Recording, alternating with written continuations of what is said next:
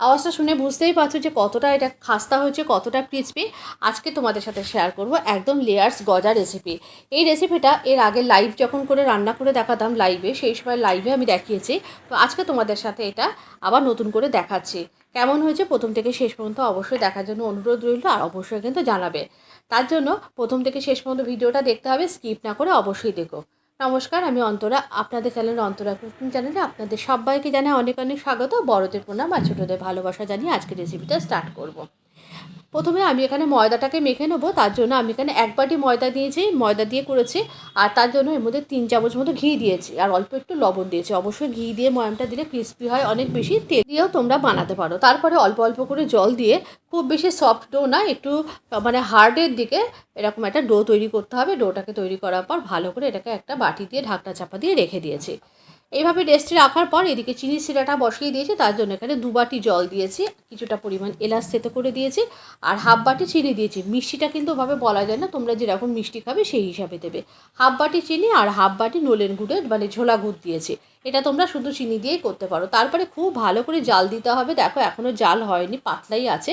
এরপরে দেখো, দেখলে বোঝাই যাবে যে চিনি শিরাটা বেশ ঘন হয়ে গেছে। পাতলা শিরা করবে না, বেশ একটু ঘন ঘন শিরা করবে। সিরিয়াটা রেডি হয়ে গেছে। আমি গ্যাসের ফ্লেমটা বন্ধ করে দিয়েছি, আর ওখানে একটা কড়া বসিয়ে দিয়ে তাতে তেল বসিয়ে দিয়েছি, একদম লো ফ্লেম করে রেখে দিয়েছি। এদিকে আমি দেখো এক এক করে ময়দাটাকে লেচি পাকিয়ে নেবো। লেচি পাকিয়ে নেওয়ার পর আবারও 10 মিনিট এটাকে একটু রেস্ট করে দেবো।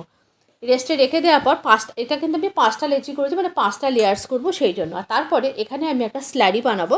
তার জন্য 2 চামচ কর্নফ্লাওয়ার, আর তার মধ্যে নিয়ে নিয়েছি 2 চামচ ঘি দিয়ে ভালো করে এরকম খুব ভালো করে নাড়তে নাড়তে দেখবে এরকম একদম একটা মানে লিকুইড একটা স্ল্যারি তৈরি হয়ে গেছে। এরপরে আমি ময়দাগুলোকে দেখো এরকম ডোগুলোকে বের করে নিয়েছি। তারপরে অল্প একটুখানি হাতে তেল মাখিয়ে আমি এগুলো প্রথমে পরপর রুটিগুলো বেলে নেবো। পরপর 5টা রুটি আমি এরকম করে বেলে নিয়েছি। রুটিগুলো খুব বেশি বড় বা পাতলা বেলার দরকার নেই, কেননা পরে এগুলোকে আবার বেলতে হবে।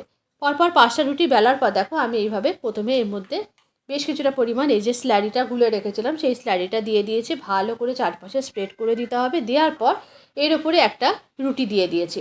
দেওয়ার পর সেই রুটিটার উপর আবার স্ল্যারি দিয়েছে। এরকম পরপর 5টা লেয়ার মানে রুটি দিয়ে দিয়েছে। আর সব থেকে ওপরে যে রুটিটা সেইটার উপরে কিন্তু আমি আর কোনো রকম স্ল্যারি দিইনি, সেটা এরকম নর্মাল রেখেছি।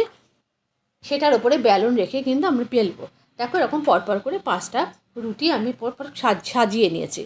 এরপরে আমি খুব ভালো করে এটাকে বেলে নেবো। তোমরা যদি কোনো বড় সারফেস থাকে সেখানে বেলবে, তোমরা কিচেন স্ল্যাবের ওপর ফেলে বেলতে পারো। তবে আমি এরকম চাকির ওপরেই করেছি। তো তোমরা সারফেস মানে হচ্ছে কিচেন স্ল্যাবের ওপর করতে পারো। এরপরে দেখো বড় করে মানে যতটা বড় করা যায় সেটা আমি করে নিয়েছি। তারপরে এখন হাত দিয়ে এরকম করে করে একটু চেপে চেপে রোল করে নিয়েছি।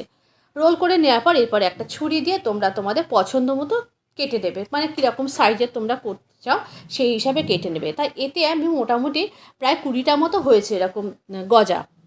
দেখো আমি এরকম পরপর করে সব কেটে নিয়েছি। আর একদম যে ধারের গজাগুলো আছে সেইগুলো তো গোল হবে না, সেগুলোকে আমি একটু লম্বা গজা করে নিয়েছি। এরপরে দেখো খুব পাতলা করে, মানে খুব বেশি মানে প্রেস করবে না, এরকম পাতলা পাতলা করে বেলে নিয়েছে। সবগুলো বেলা একেবারে রেডি হয়ে গেছে। আর এই দেখো যেগুলো বলছিলাম ধারেরগুলো, সেগুলো লম্বা করে একটুখানি হাত দিয়ে দিয়ে প্রেস করে নিয়েছি। এ দেখো গ্যাসের ফ্লেমটা কিন্তু একেবারে মিডিয়াম টু লো ফ্লেমে ছিল। তেল কিন্তু খুব বেশি হিট করলে হবে না, প্রথম থেকে হিটে খুব বেশি গরম তেলে দিলে এই গজাগুলো একেবারেই ক্রিস্পি হবে না, ভ্যাটভ্যাটে হয়ে যাবে। একদম মিডিয়াম লো ফ্লেমে গজাগুলোকে ভাজতে হবে। দেখেছো কতটা ক্রিস্পি হয়েছে, পুরো লেয়ার্সগুলো খুলে খুলে আসছে।